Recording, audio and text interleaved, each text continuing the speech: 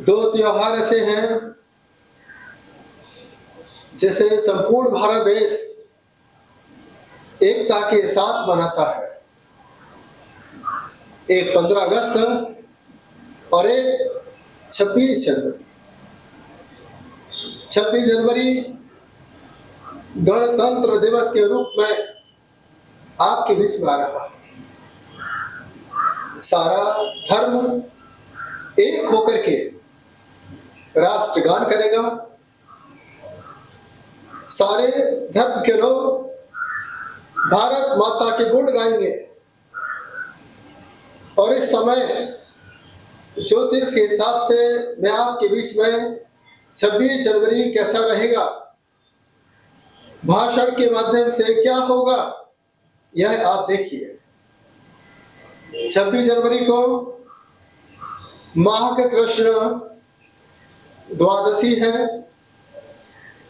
वार रविवार है और संध्या काल में 8:55 के बाद त्रयोदशी शुभारंभ हो जाएगी। हम नक्षत्र की बात करते हैं। ज्येष्ठा नक्षत्र 8:26 से समापन होगा और उसके बाद मूल नक्षत्र का शुभारंभ हो जाएगा। यहाँ कुछ भी हो सकता है, क्योंकि जो पत्रिका मेरे सामने है उस पत्रिका के हिसाब से आज मैं 26 जनवरी की कुछ बातें आपके बीच में रखना चाहता हूँ। यहाँ देखिए, चंद्रमा 10वें भाव में वृश्चिक राशि में बैठा हुआ है और यह है चंद्रमा वृश्चिक राशि से निकल करके धनु राशि में भी संचार कर जाएगा। इसके बाद आप देखिए, कुंभ लग्न है, शुक्र और शनि एक साथ लग्न में बैठे हुए हैं। शनि अपने घर में बैठा हुआ है, शुक्र शनि के साथ बैठा है। यह धन संपन्नता का कारक होता है। आईटी फील्ड को फायदा होने वाला है। विदेशों से भी हमें सहयोग मिलने वाला है। जो लोग स्टील का उपयोग करते हैं, स्टील का व्यापार करते हैं, उनकी व्यापार में तरक्की होने वाली है। इस साल बहुत सारी नई नई बिल्डिंग बनेगी, नए नए घर बनेंगे, नए काम का शुभारंभ होगा, नई नई गाड़ियां हमारे घरों के सामने खड़ी होगी। यह लग्न में शनि होने का सबसे बड़ा प्रभाव है, क्योंकि यह दिन संविधान का दिन है। आपके जीवन में क्या क्या समाधान होने वाला है, यह ग्रह स्थिति आपको बता रहे हैं। इसके बाद आप देखिए, यहाँ देखिए, द्वितीय भाव मीन राशि के साथ जुड़ा है, लेकिन यहाँ पर राहु बैठा है। यह अपने आप में ही चांडाल योग बनाता है। हमारी वाणी के प्रभाव से हमारे देश में कुछ भी हो सकता है। कोई व्यक्ति हमारे साथ छल कपट कर सकता है। आज हिंदू देश में हिंदू जागृत होता जा रहा है। मुस्लिम धर्म के लोग भी अपने जीवन में हिंदुस्तान के साथ, भारतीय परंपरा के साथ जुड़े हुए हैं।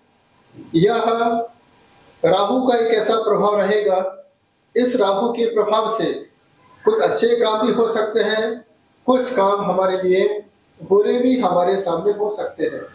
इसके बाद आप देखिए, गुरु हमारे बीच में चौथे भाव में बैठा है, जो वृषभ राशि का होके बैठा है। वृषभ राशि का गुरु इतना अच्छा प्रभाव नहीं देता है। यह मन की स्थिति को चलायमान रखता है। कुछ काम होता है, कुछ काम नहीं होता है, कुछ काम करने का मन करता है और कुछ काम सिर्फ हमारे भाषणों में ही निकल जाता है। यह स्थिति इस साल बनने वाली है। इसके साथ आप देखिए, पंचम भाव में मिथुन राशि में मंगल है, बुद्धिमत्ता का कारक है। सर्विस करने वालों को सफलता मिल सकती है। जो शिक्षा से जुड़े हैं उन्हें भी यहाँ सफलता मिल सकती है। हमारे देश की स्थिति मैत्री भाव के साथ जुड़ सकती है। कुछ नए काम राजनीति के माध्यम से हमारे सामने आ सकते हैं। यह मंगल चौथी दृष्टि से केतु को देख रहा है,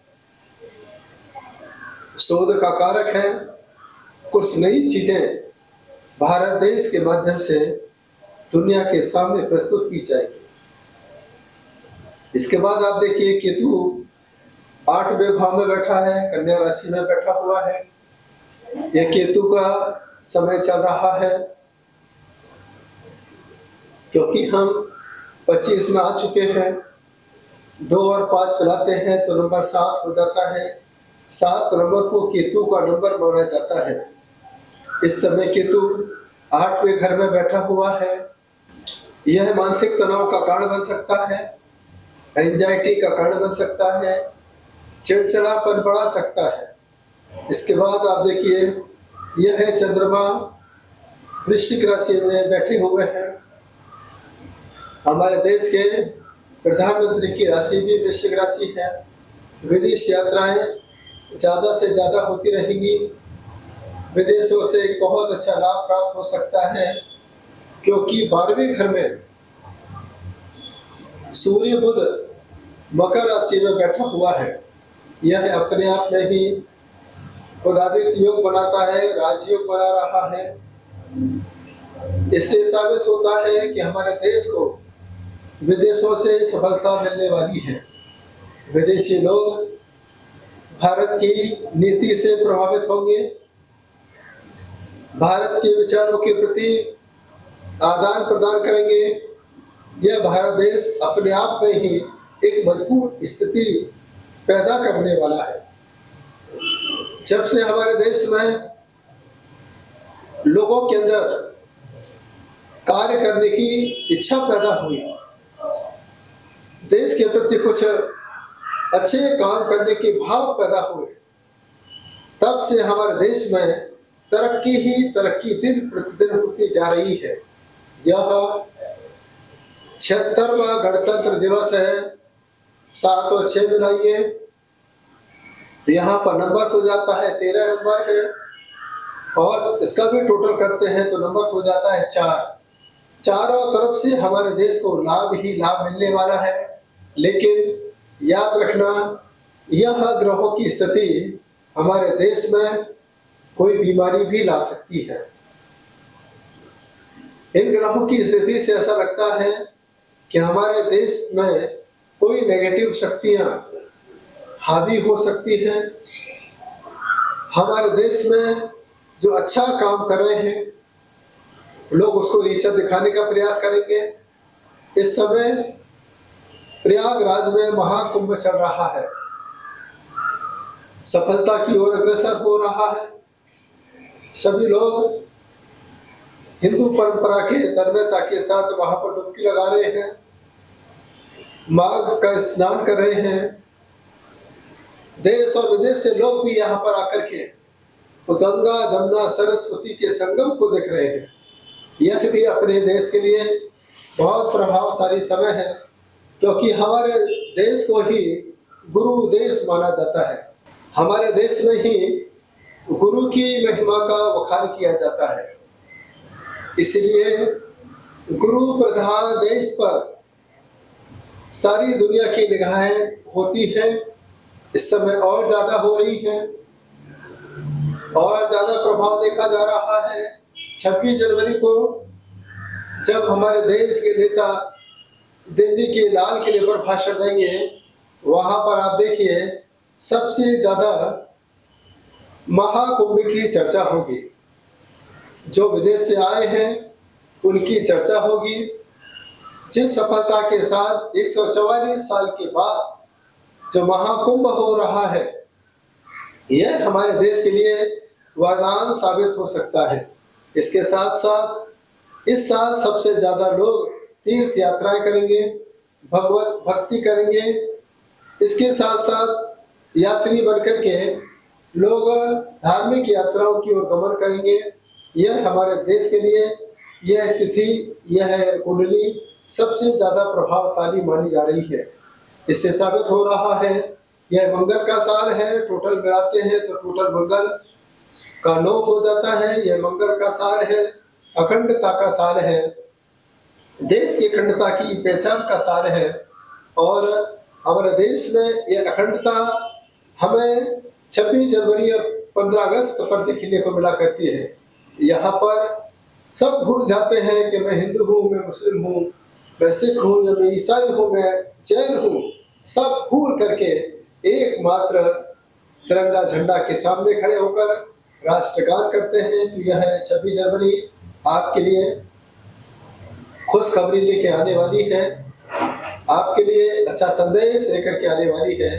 बस यही प्रभु से प्रार्थना करता हूँ, देश में सुख शांति रहे। संपूज्य कानां प्रतिपादकानां यतीन्द्र सामान्य तपोधनानां देशस्य राष्ट्रस्य पुरस्य राज्ञा करोतु शांति। भगवान जिनेन्द्र, हे जिनेन्द्र भगवान, हमारे देश में शांति हो, राष्ट्र में शांति हो, शहर में शांति हो और विदेश में भी शांति हो। हर जगह, हर परिवार में सुख शांति हो, यह भावना हर दिन जैन संत भाया करते हैं। तो आप सभी के लिए ये 26 जनवरी कुछ अच्छा संदेश लेके आने वाली बने, अच्छे विचार लेके आपके बीच में जुड़ने वाली हो, यही मेरी भावना है। सभी को 76वें गणतंत्र दिवस पर बहुत बहुत शुभकामनाएं। संविधान का दिन 26 जनवरी एक ऐसा दिन है जिस दिन हर धर्म के लिए एक संविधान बनाया है। हर धर्म स्वतंत्रता के साथ अपना जीवन यापन कर सके। हर इंसान अपने विचारों के साथ अपने जीवन को यापन कर सके। बच्चा जब पैदा हो उसके अंदर भारत के प्रति संवेदनाएं होना चाहिए। जब कोई संसार से विदा हो वह भारतीय संविधान के साथ इस देश का त्याग करे। ये संविधान का दिन है। इस दिन हमारे देश के लिए एक इतिहास बना, क्योंकि जब तक कोई साहित्य नहीं होता है, कोई संविधान नहीं होता है, तब तक हमारे धर्म की और हमारे राष्ट्र की पहचान नहीं होती है। क्योंकि जीवन में ग्रंथों से ही संतों को, ग्रंथों से ही अरिहंतों को पहचाना जाता है। हिंदू धर्म को पहचानने के लिए भगवत गीता है, मुस्लिम के लिए कुरान शरीफ है, सिखों के लिए गुरु ग्रंथ साहिब है, ईसाई के लिए बाइबिल है और जैनों के लिए भक्त ताम्र गाथा है। यह ग्रंथ ही हमें हमारे धर्म की पहचान कराया करते हैं और यह संविधान हमारे भारत के विचारों की पहचान कराया करता है। इसी संविधान के बल पर ही हमारा देश आनंद और आत्मीयता के साथ जी रहा है। किसी प्रकार का कोई विवाद नहीं है।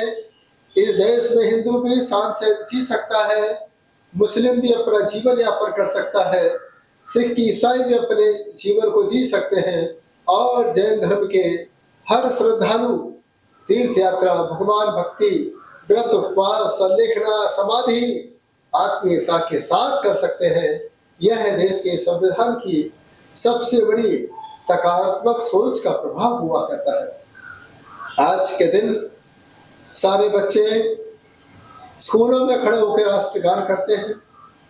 आज के दिन जैन संत सभी धर्म को भारत माता का संदेश देते हैं। एक ऐसा संदेश देते हैं जो संदेश देश को एक करने वाला हो, जो संदेश एक विचारों के साथ जुड़ा हुआ होना चाहिए। एक ऐसा संदेश देते हैं जो हमारे संदेश के माध्यम से हमारे देश के लिए एक सबसे बड़ा एकता का संकेत हुआ करता है। यह वाणी हर जगह जैन संतों के माध्यम से जन जन तक पहुंचाई जाती है। आज के दिन सभी एक ही संकल्प करें, जो संविधान हमारे बीच में है, इस संविधान के साथ हमें अपने जीवन को यापन करना है, देश के प्रति समर्पित होना है। जिस माटी का हम अन्न ग्रहण करते हैं, इस माटी के साथ हमें समर्पण के भाव रखना है। माँ के साथ कभी छल कपट नहीं करना है। जिस माँ ने हमें जल दिया है, जीवन दिया है, उस माँ के साथ हमें कभी दगा नहीं देना है। ऐसे भाव जब तुम्हारे मन में आ जाते हैं, तब जाकर के भारत का संविधान आपकी हर समस्या का समाधान कर सकता है। तो सभी श्रद्धालुओं के लिए एक ही संकल्प आज के दिन करना है। जिन शहीदों ने अपनी कुर्बानी देकर के देश को आजाद किया है, एक बार आज के दिन उन्हें याद करें। उनकी कुर्बानी हमारे देश के लिए सार्थक साबित हुई, लेकिन हमें ऐसी गलती दोबारा फिर नहीं करना है जो हमारे देश को फिर गुलामी का चेहरा देखना पड़े। हम स्वदेशी थे, स्वदेशी हैं, स्वदेशी ही रहेंगे। यह भाव जब तुम्हारे अंदर आएगा, तभी जाकर के आप अपने जीवन में सुख शांति में चैन के साथ इस भारत की धरा पर सांस ले सकते हो और हमेशा के लिए सुख शांति का अनुभव कर सकते हो। तो सभी लोग, सभी भारतवासी पूरे समर्पण आत्मीयता आस्था के साथ आज के त्योहार को मनाएं, घर घर मिठाई के साथ, राष्ट्रगान के साथ और तिरंगे झंडे को मनाएं। सारे जहां से अच्छा हिंदुस्तान हमारा, यह भावना के साथ आप यह गणतंत्र दिवस मनाएं। यही मेरी भावना है। सबको इस पावन अवसर पर बहुत बहुत आशीर्वाद।